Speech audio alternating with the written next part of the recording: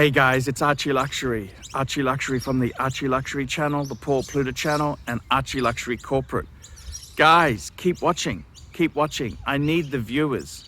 I need the viewers. I need the subs. I need it. Like, subscribe, and tell your friends. Tell your friends, whether you like them or hate them. Just tell them anyhow. Archie Luxury on YouTube. Hey guys, it's your Parnif, Archie Luxury, and today guys I want to have a look at this video playing here.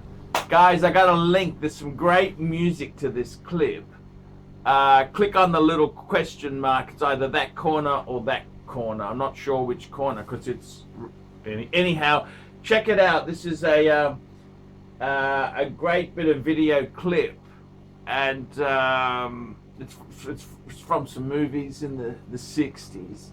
And man, hey, I just want to say to you, man, in the day, the 60s, wearing a Pepsi GMT, you'd be so cool, man.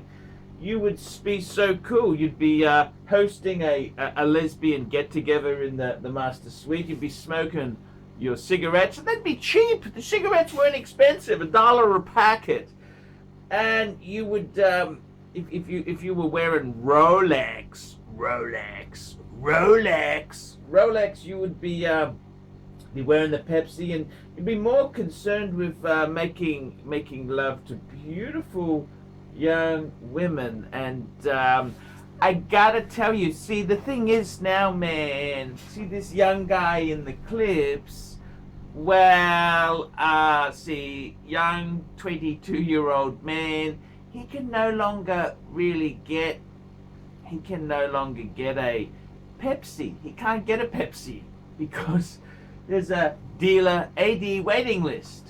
And by the time he does get a Pepsi, he's in his 40s. And he's got a bit of a bulge, and he's been married once or twice, and yeah, he's no longer cool. You understand? He's no longer cool. And this is the sad thing. Does a Rolex make you cool? Does a Rolex make you cool? And this is what advertisers have done. If you want to be an explorer, you buy a Rolex. It's success by association. This is the term they use in psychology. You have a look at it. You want to be successful, you buy the products that successful people wear. For example, if you wanted to be a racing car driver, aka Steve McQueen in Le Mans, he started to wear the clothes they wore. They wore a Tag Heuer. Actually, it wasn't a Tag Heuer, it was a Heuer. He wore a Heuer. You want to be successful, you've got to associate. You use those products to push you up. For example, you want to be a successful businessman, you drive a Mercedes E-Class or a BMW 5 Series, or the modern day equivalents, which would now be an X5. This is what you do. Success by association. Winner, winner, chicken dinner. And I gotta tell you, Rolex is the same thing. You want to be successful, you wear the Rolex. Successful people wear Rolex. Winners do what losers aren't prepared to do. So success by association. Rolex. And the unfortunate thing is, you know, man, the thing that I find so hilarious is that in the day,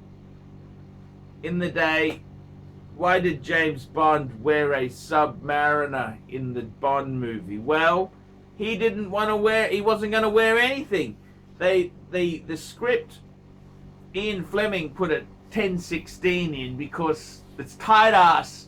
That's the Rolex that he had at the time. It wasn't because he was sophisticated. That was just a cheap, crappy model. Believe you me, I owned one. It was a cheap, crappy model, even in the 90s when I got mine. And that was what the script said. And one of the cameramen had a Submariner, so they whacked it on a NATO, a badly fitting NATO, and off he goes.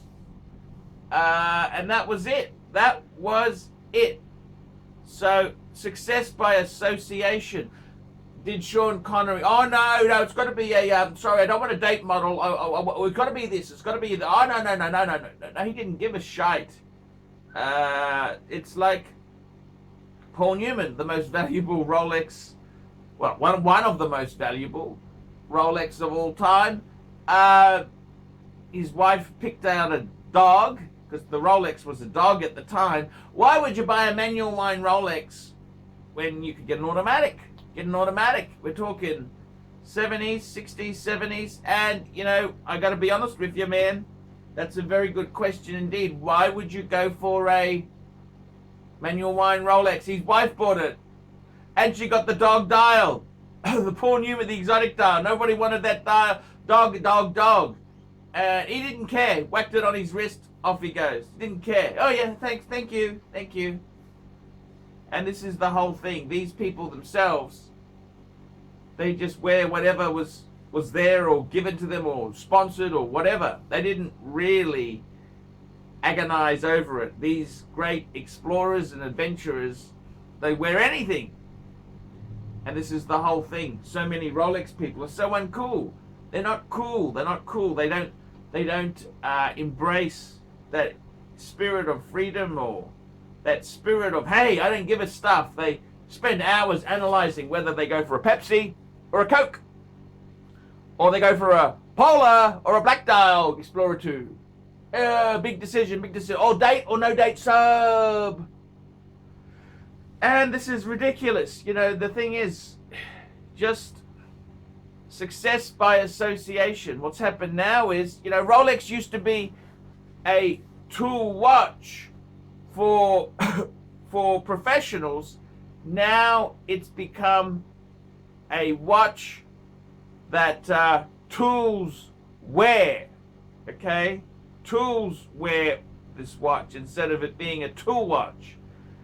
And yeah, I'm quite ashamed of the caliber of Rolex wearers in many ways. They're just middle-aged, flabby wannabes. That's what they are, middle-aged, flabby wannabes. And they're selling the dream. That's right, success by association. So, yeah, I gotta tell you, will a Rolex make you successful? No, it will not.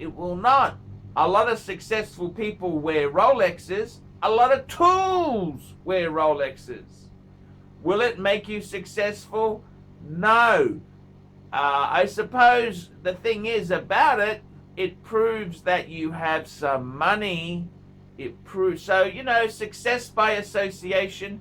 We're simple creatures. Human beings are simple critters.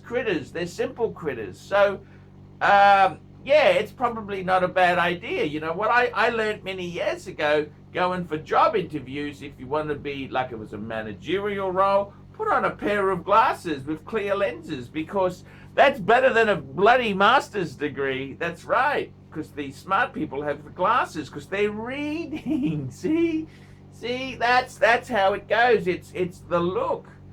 And I got to tell you, success by association. They associate glasses with people with college degrees and PhDs and masters. See, I didn't have the masters, but you got the nice pair of glasses. And that's what counts. It's all psychology. This is the whole thing. You want to be a successful stockbroker, they dress like a CEO. This is it. This is the reason. And thank God for online trading. That cleaned that market up. That cleaned that fallacy up. Success by association. Rolex.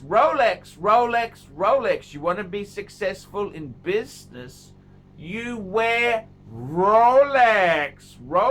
Winner chicken dinner. Winner chicken dinner. Success by association. So what is Patek? Well, Patek's, that's kind of, Patek is kind of, not many people even know what a Patek is. They don't even know what a Patek is. Interesting enough, Jack Welch, the CEO of GE, he had a paddock, and he also had a team of PR men, you know, to make sure he projected the right image. Very vain. He had hair plugs. He had many insecurities. Just take what you have and run with it. That's what I say. Take what you have and run with it. So guys, that's my talk today on success by association. Use it, and winner chicken dinner. Hi guys, Archie Luxury. And who do I recommend in America? In America, who do I recommend for quality pre-owned wristwatches? David SW. Go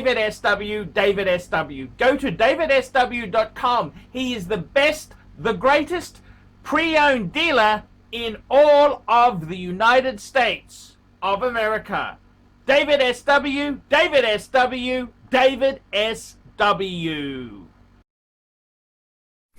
Hey guys, Archie Luxury. Who do I recommend for watches in Brisbane and Sydney? Vintage Watch Co. That's correct.